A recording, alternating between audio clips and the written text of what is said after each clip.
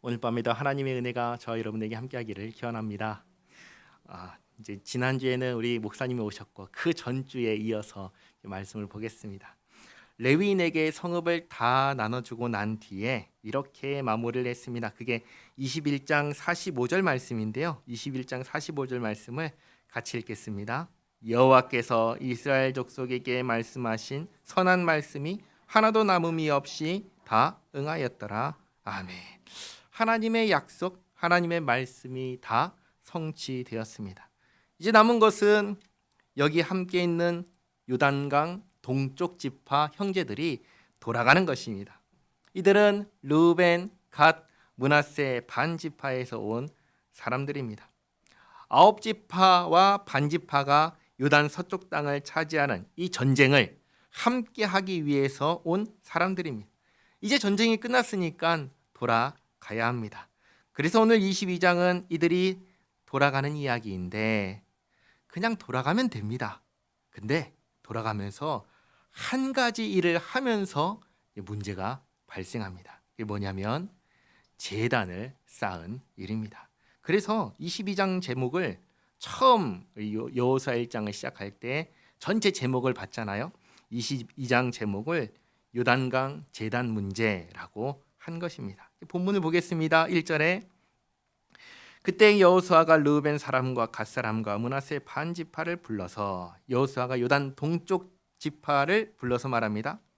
서쪽 지파가 땅을 정복하는 이 전쟁에 함께했던 사람들입니다. 그들에게 이르되 여호와의 종 모세가 너희에게 명령한 것을 너희가 다 지키며 또 내가 너희에게 명령한 모든 일에 너희가 내 말을 순종하여 오늘까지 날이 오래도록 너희가 너희 형제를 떠나지 아니하고 오직 너희 하나님 여호와께서 명령하신 그 책임을 지키도다.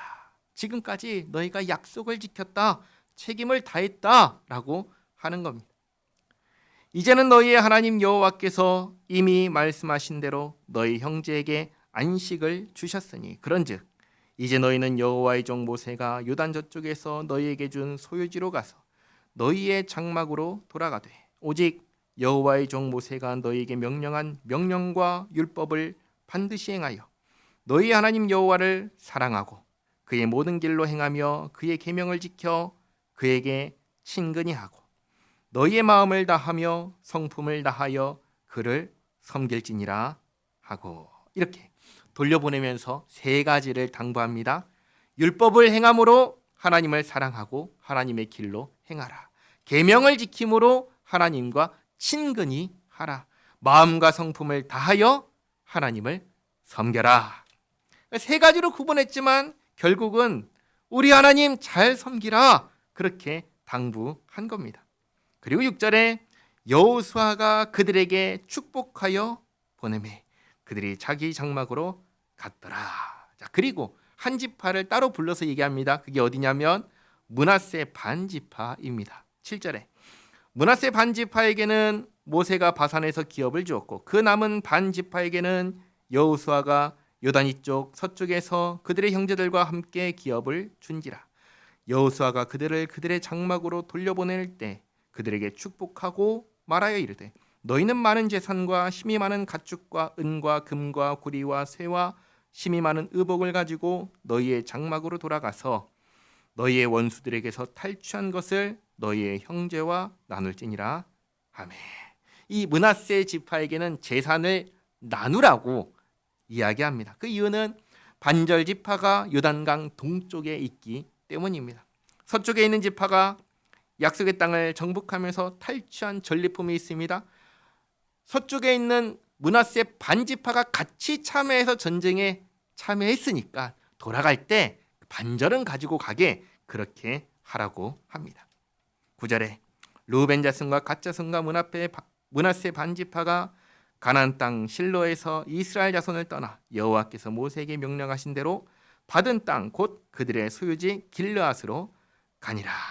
그런데 이제 문제가 나오죠. 10절입니다. 르우벤 자손과 므낫세 반지파가 가나안 땅 요단 언덕가에 이르자 거기서 요단가에 제단을 쌓았는데 보기에 큰 제단이었더라. 이스라엘 자손이 들은즉 이르기를 르우벤 자손과 갓 자손과 므낫세 반지파가 가나안 땅의 맨 앞쪽 요단 언덕과 이스라엘 자손에게 속한 쪽에 제단을 쌓았다 하는지라. 그러니까 요단 서쪽 땅에 제단을 쌓았다는 겁니다. 이 제단의 크기가 작을까요, 클까요? 큰 제단이라고 합니다. 요단 동편과 서편 사람들 모두가 다 볼 수 있을 정도로 아주 큰 제단을 쌓은 겁니다. 이게 왜 문제가 될까요? 이게 문제가 되는 이유는 하나님께서 허락하지 않은 제단이라는 것입니다. 하나님께서는 단 하나의 장소에 하나의 제단을 쌓게 하셨습니다. 그곳이 어딜까요? 하나님의 언약궤가 있는 성막이 있는 그곳입니다. 약속의 땅 정복 전쟁이 끝나고 성막이 설치된 곳은 어디냐면 실로라고 하는 곳입니다. 제단은 여기에만 쌓아야 했습니다. 그런데 여기가 아닌 다른 지역 요단가에 제단을 쌓은 겁니다. 하나님께서 허락하신 건가요? 아닌 거예요. 그러면 하나님 말씀을 거역하는 것이죠. 하나님을 대적하는 행위로 보일 수가 있는 겁니다. 그래서 12절 이스라엘 자손이 이를 듣자 곧 이스라엘 자손의 온 회중이 실로에 모여서 그들과 싸우러 가려 하니라. 바로 지난날 축복하고 헤어졌는데 오늘 이 소식을 듣고 싸우려 갑니다. 그만큼 이것은 심각한 문제였습니다. 오늘날 우리는 이것이 얼마나 심각한 문제인지 잘 모릅니다. 조금 뒤에 피느하스가 이것이 왜 심각한 문제인지 자세하게 이야기할 것입니다. 미리 말씀드리면 이것은 이스라엘이 멸망할 수도 있는, 멸망하게 만들 수도 있는 문제였기 때문입니다.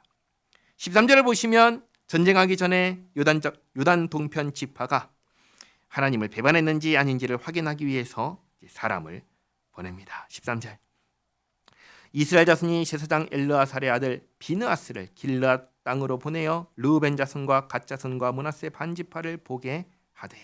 이 비느하스가 어떤 사람이냐면 민수기 25장에서 바알보알 사건이 일어났을 때 하나님의 질투심과 같은 질투심으로 우상 숭배자들을 벌했던 바로 그 사람입니다. 아주 단호하게 하나님 편에 섰던 사람이 바로 비느하스입니다. 이 비느하스를 중심으로 14절 이스라엘 각 지파에서 한 지도자씩 10 지도자들을 그와 함께 하게 하니 그들은 각기 그들의 조상들의 가문의 수령으로서 이스라엘 중에서 천부장들이라. 이렇게 9지파와 반지파, 그러니까 총 10지파에서 천부장을 뽑아서 비느하스와 함께 보냅니다. 15절 그들이 길르앗 땅에 이르러 르우벤 자손과 갓 자손과 문 앞에 반지파에게 나아가서 그들에게 말하여 이르되 여호와의 온 회중이 말하기를 너희가 어찌하여 이스라엘 하나님께 범죄하여 오늘 여호와를 따르는 데서 돌아서서 너희를 위하여 제단을 쌓아 너희가 오늘 여호와께 거역하고자 하느냐. 그러면서 이제 이 일이 얼마나 심각한 일인지를 설명하는데 첫 번째로 부올의 죄악을 이야기합니다. 부올의 죄악은 민수기 25장에 나오는 사건인데 모압 여인들이 바알 부올을 향하여 제사할 때 이스라엘 백성들을 초대했습니다. 이방신을 제사하는 자리에 우리를 부르면 우리가 가야 될까요? 가지 말아야 될까요? 아이 뭐 생각할 것이 어디 있어요? 가지 말아야 되지요. 그런데 가는 겁니다. 그래요. 갈 수 있다 칩시다. 가서도 나는 하나님의 백성입니다. 나는 하나님만 섬기는 사람입니다. 라는 이 정체성을 잘 지키면 될까요? 안 될까요? 그럼 되죠. 사실 이 정체성을 지키면 아예 가질 않겠죠. 그러나 갔다 하더라도 쓱 하는 거 구경하고 나는 참여 안 한다. 나는 하나님만 믿는 사람이다 하면서 나의 정체성을 잘 지켰다면 문제가 될까요? 안 될까요? 문제가 안 되는 겁니다. 그런데 가서 어떻게 했냐면 그들과 함께 우상에게 절하며 먹고 마신 겁니다. 하나님의 백성, 나는 예수 믿는 사람이야 라는 이 정체성을 버리고 바알 부올에 가담한 겁니다. 그래서 그날 하나님께서 진노하시고 연병을 내리시는데 그날 몇 명이 죽은 줄 아세요? 24,000명이 죽었습니다. 그 일을 이야기합니다. 17절에 부활의 죄악으로 말미암아 여호와의 회중에 재앙이 내렸으나 오늘까지 우리가 그 죄에서 정결함을 받지 못하였거늘 그 죄악이 우리에게 부족하여서 오늘 너희가 돌이켜 여호와를 따르지 아니하려고 하느냐. 너희가 오늘 여호와를 배역하면 내일은 그가 이스라엘 온 회중에게 진노하시리라. 그날 여호와께서 진노하셔서 2만 4천 명이 죽었던 것처럼 하나님께서 오늘 우리를 향하여 진노하시면 우리는 다 죽는다. 그러니 이 일을 하면 되겠냐? 이 이야기를 하는 겁니다. 그러면서 한 가지 제안을 합니다. 19절. 그런데 너희의 소유지가 만일 깨끗하지 아니하거든. 다르게 말하면 너희가 사는 이 요단 동편 지역이 여전히 우상 숭배하는 습관이 남아있는 그런 지역이라면 여호와의 성막에 있는 여호와의 소유지로 건너와 우리 중에 소유지를 나누어 가질 것이니라.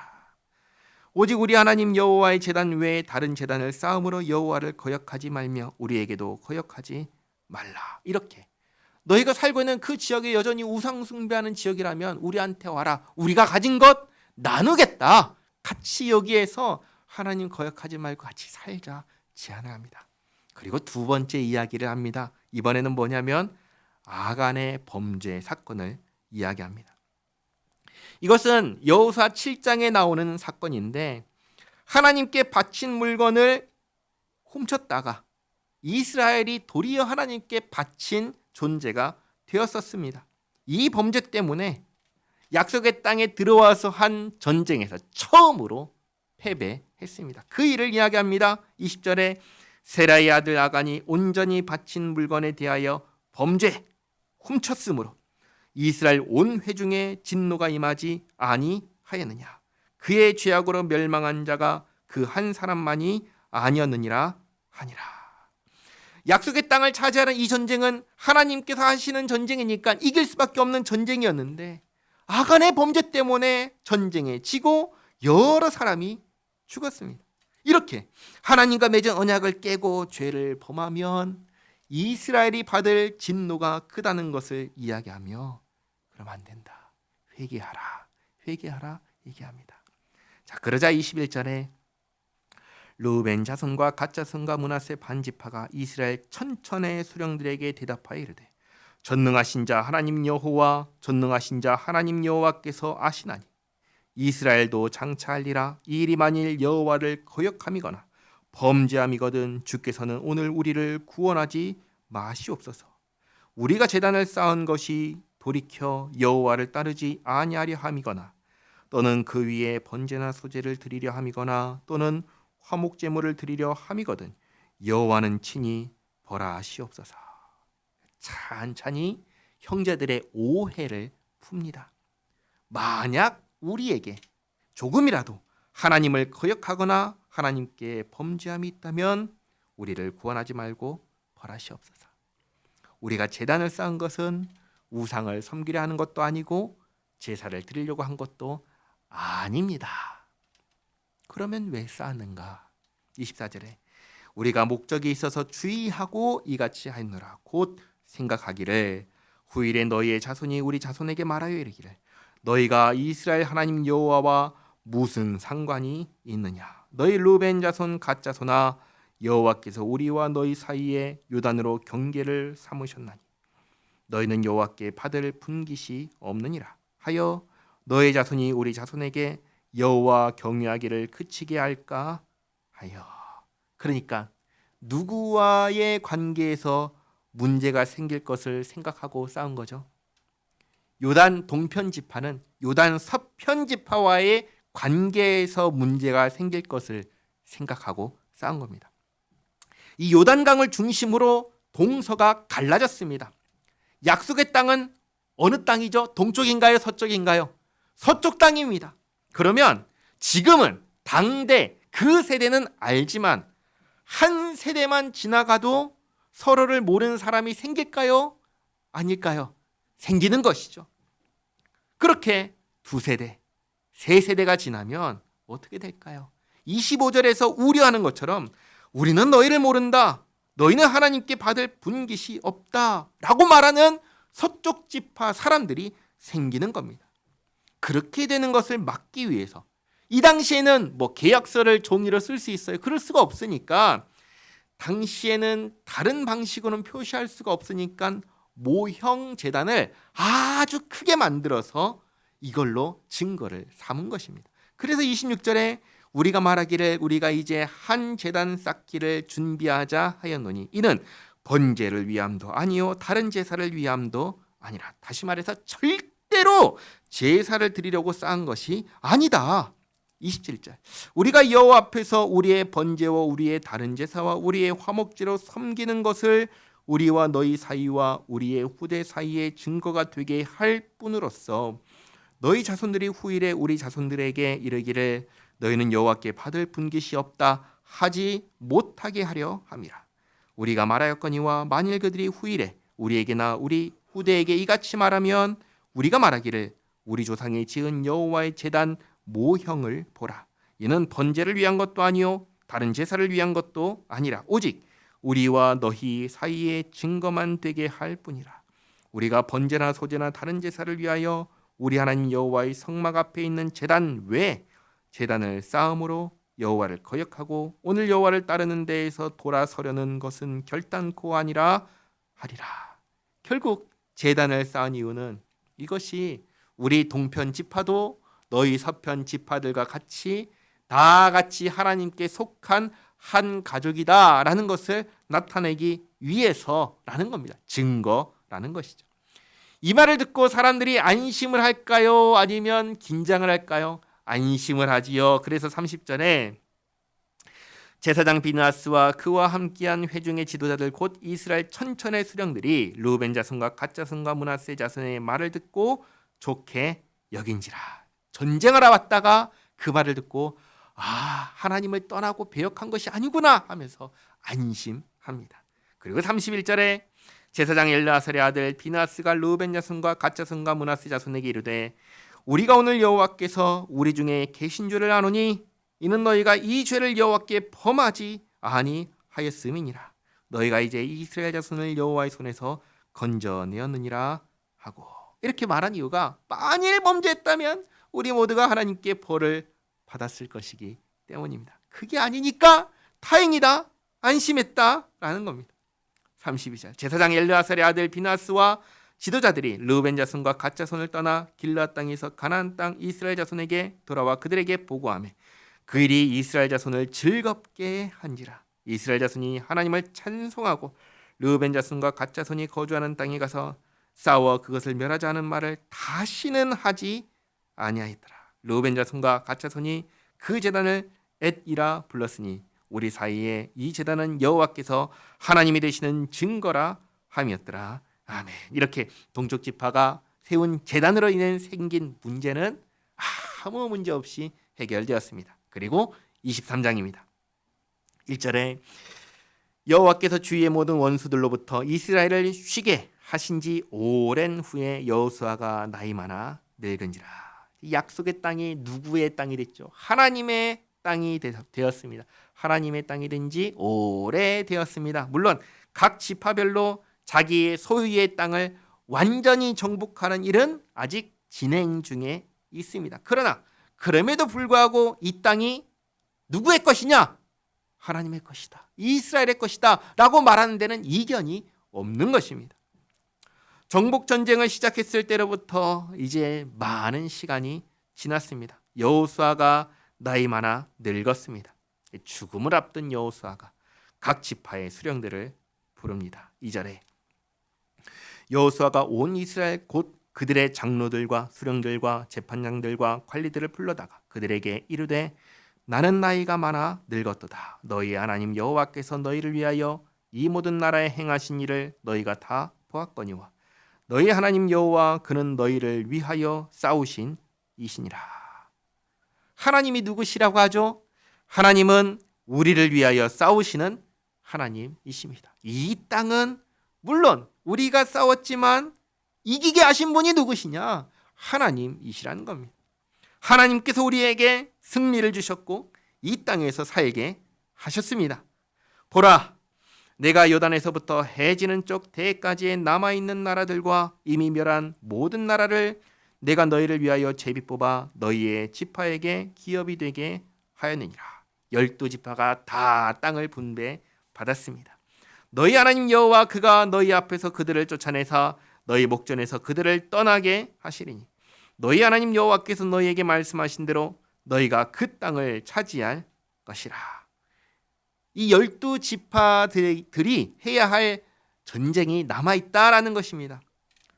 처음에 말씀드렸다시피 이 땅의 주권은 바뀌었습니다. 이 땅의 주인이 누구냐라고 말한다면 모든 사람이 다 하나님이라고 할 겁니다. 이렇게 가나안 7족속에서 이스라엘로 우상에게서 하나님으로 완전히 바뀌었습니다. 그러나 각 지역에 흩어져 살고 있는 원주민들 남아 있습니다. 그들을 물리치는 일이 남아 있습니다.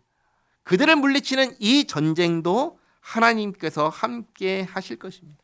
하나님께서 싸워 이기게 하실 것입니다. 그리고 각 지파에게도 온전한 안식을 주실 것입니다. 이 안식을 누리기 위해서 해야 할 것이 있습니다. 그것을 오늘 여호수아가 말합니다. 6절에 그러므로 너희는 크게 힘써 모세의 율법책에 기록된 것을 다 지켜 행하라. 그것을 떠나 우로나 좌로나 치우치지 말라. 첫째로 율법책에 기록된 것을 다 지켜 행하라. 7절 너희 중에 남아있는 이 민족들 중에 들어가지 말라. 그들의 신들의 이름을 부르지 말라. 그것들을 가리켜 맹세하지 말라. 또 그것을 섬겨서 그것들에게 절하지 말라. 둘째로는 이 땅의 민족들에 들어가지 말아라. 들어가지 말라는 것은 다르게 말하면 섞이지 말라는 것입니다.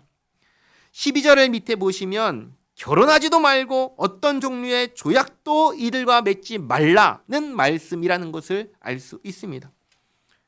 그러나 물론 결혼하고 조약을 맺는 경우도 있습니다. 그때는 어떤 경우일까요? 이들이 완전히 우상을 버리고 철저히 이스라엘의 하나님께 항복했을 때입니다. 그게 아니라면 섞이지 말라, 들어가지 말라고 분명하게 말씀하십니다. 그리고 셋째로 이 땅의 우상을 섬기지 말아라.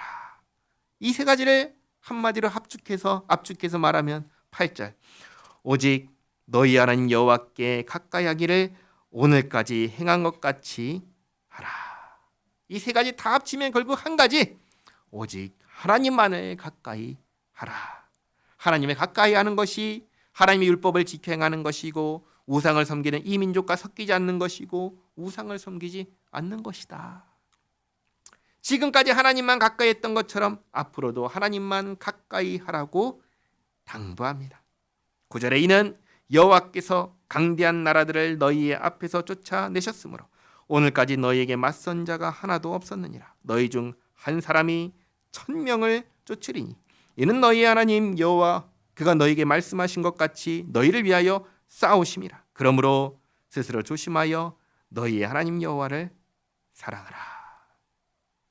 그러다 만일 하나님을 가까이 하지 않고 하나님을 배신하고 하나님을 대적하면 어떻게 되는가? 12절 너희가 만일 돌아서서 너희 중에 남아있는 이 민족들을 가까이 하여 더불어 혼인하며 서로 왕래하며 확실히 알라. 너희 하나님 여호와께서 이 민족들을 너희 목전에서 다시는 쫓아내지 아니하시리니 그들이 너희에게 올무가 되며 덫이 너희 옆구리에 채찍이 되며 너희의 눈에 가시가 되어서 너희가 마침내 너희 하나님 여호와께서 너희에게 주신 이 아름다운 땅에서 멸하리라. 이 일을 이미 한번 경험했습니다. 앞에서 말씀드렸지만 아간의 범죄로 인해서 아이성 전투에서 패배했습니다. 그 이후로 진 적이 없지요.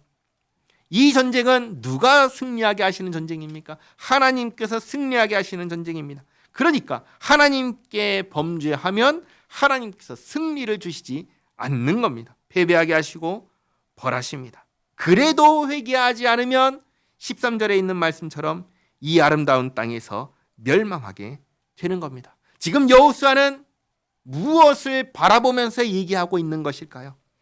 우리가 이후에 보게 될 사사시대, 그리고 더 나아가서 이스라엘의 멸망까지 내다보고 미리 경고하고 있는 겁니다. 우리는 이후의 역사를 분명하게 알기 때문에 이스라엘이 어떤 길을 가고 어떻게 되는지 압니다. 그러나 지금 이스라엘은 그걸 알까요? 모르죠. 그러니까 지금 하는 이 여호수아의 경고는 단순한 협박, 위협이 아니라 이스라엘이 걷게 될 미래를 두고 하는 경고인 것입니다. 14절, 보라, 나는 오늘 온 세상이 가는 길로 가려니와. 온 세상이 가는 길이 어느 길인가요? 죽음이지요. 우리는 모두가 다 죽습니다. 죽음의 길로 가는데 14절, 너희 하나님 여호와께서 너에게 대하여 말씀하신 모든 선한 말씀이 하나도 틀리지 아니하고 다 너희에게 응하여 그 중에 하나도 어김이 없음을 너희 모든 사람은 마음과 뜻으로 아는 바라. 너희 하나님 여호와께서 너에게 말씀하신 모든 선한 말씀이 너에게 임한 것 같이 여호와께서 모든 불길한 말씀도 너에게 임하게 하사 너희 하나님 여호와께서 너에게 주신 이 아름다운 땅에서 너희를 멸절하기까지 하실 것이라. 만일 너희가 너희 하나님 여호와께서 너에게 명령하신 언약을 범하고 가서 다른 신들을 섬겨 그들에게 절하면 여호와의 진노가 너에게 미치리니 너에게 주신 아름다운 땅에서 너희가 속히 멸망하리라 하니라. 아멘. 그러니 어떡하라는 말씀이죠. 언약을 범하지 말라. 언약을 지키라 는 것입니다. 하나님의 선한 말씀이 이렇게 분명하게 성취된다면 하나님의 불길한 말씀도 이와 같이 분명하게 성취될 것이다. 여호수아는 아주 분명하게 우리가 어떻게 할 때 이 불길한 말씀이 성취된다고 했습니까? 우리가 하나님과 맺은 언약을 파기할 때, 깰 때입니다. 언약을 깰 때 불길한 말씀이 성취된다면, 반대로 하나님 언약을 굳게 붙잡고 지킬 때 그럼 우리는 어떻게 됩니까? 하나님의 선한 말씀 가운데 살게 된다라고 말씀하는 겁니다. 여호수아가 정말 두려워하는 것이 있다면 그게 무엇일까요? 딱 한 가지입니다. 뭐죠? 하나님께서 진노하시는 겁니다. 우리를 향하여 진노하시는 것, 그거 말고 여호수아가 두려워하는 것이 없습니다. 하나님은 아무 때나 함부로 진노하시는 분이 아니십니다. 하나님은 우리가 범죄했을 때, 하나님과 맺은 언약을 범했을 때, 그래서 하나님을 배신하고 떠났을 때 우리를 향하여 진노하십니다. 그래서 이렇게 마지막으로 유언으로 당부하는 겁니다. 이제 다음 주가 아니고 그 다음 주에 우리 여호수아 마지막을 볼 건데, 그때에도 여호수아는 이스라엘 모든 지파를 향하여 마지막으로 통일하게 권면할 것입니다. 그 권면의 내용도 이렇습니다. 하나님과 맺은 언약에 신실하라. 하나님의 명령을 지켜 행하라. 하나님만 섬겨라. 다 합쳐서 한마디로 하나님만을 사랑하라. 하나님만을 사랑이라. 기억하시기 바랍니다. 인간이, 우리가 이 세상에서 누릴 수 있는 가장 복된 삶은 어떤 삶일까요? 하나님만 사랑하며 사는 삶입니다. 하나님과 함께하는 삶입니다. 하나님께 붙잡힌 삶입니다. 하나님을 섬기는 삶, 이것이 인간이 이 세상에서 누릴 수 있는 가장 복된 삶의 모습입니다. 이것을 기억하시기 바랍니다. 기도하겠습니다. 하나님 감사합니다. 인간은 부패한 죄인이라 뒤돌아서면 주님의 은혜를 다 잊어버립니다. 저의 연약함, 부패함을 불쌍히 여겨주시옵소서. 성경을 통하여 늘 말씀하시고 또 주님의 은혜를 기억하게 하옵소서. 말씀을 읽을 때마다 깨닫게 하여 주시고, 오늘 여호수아가 당부했던 것처럼 정말 주님만을 신뢰하고 섬기며 주님만을 사랑하며 주님과 동행하며 살아가는 저희 모두가 되게 하옵소서. 저희의 입술에서 한평생 주님 손에 붙잡힌 제 인생 너무나 행복했습니다, 감사합니다 라는 고백이 나오도록 저희 평생의 삶을 붙잡고 인도하여 주시옵소서. 예수님의 이름으로 기도하옵나이다. 아멘.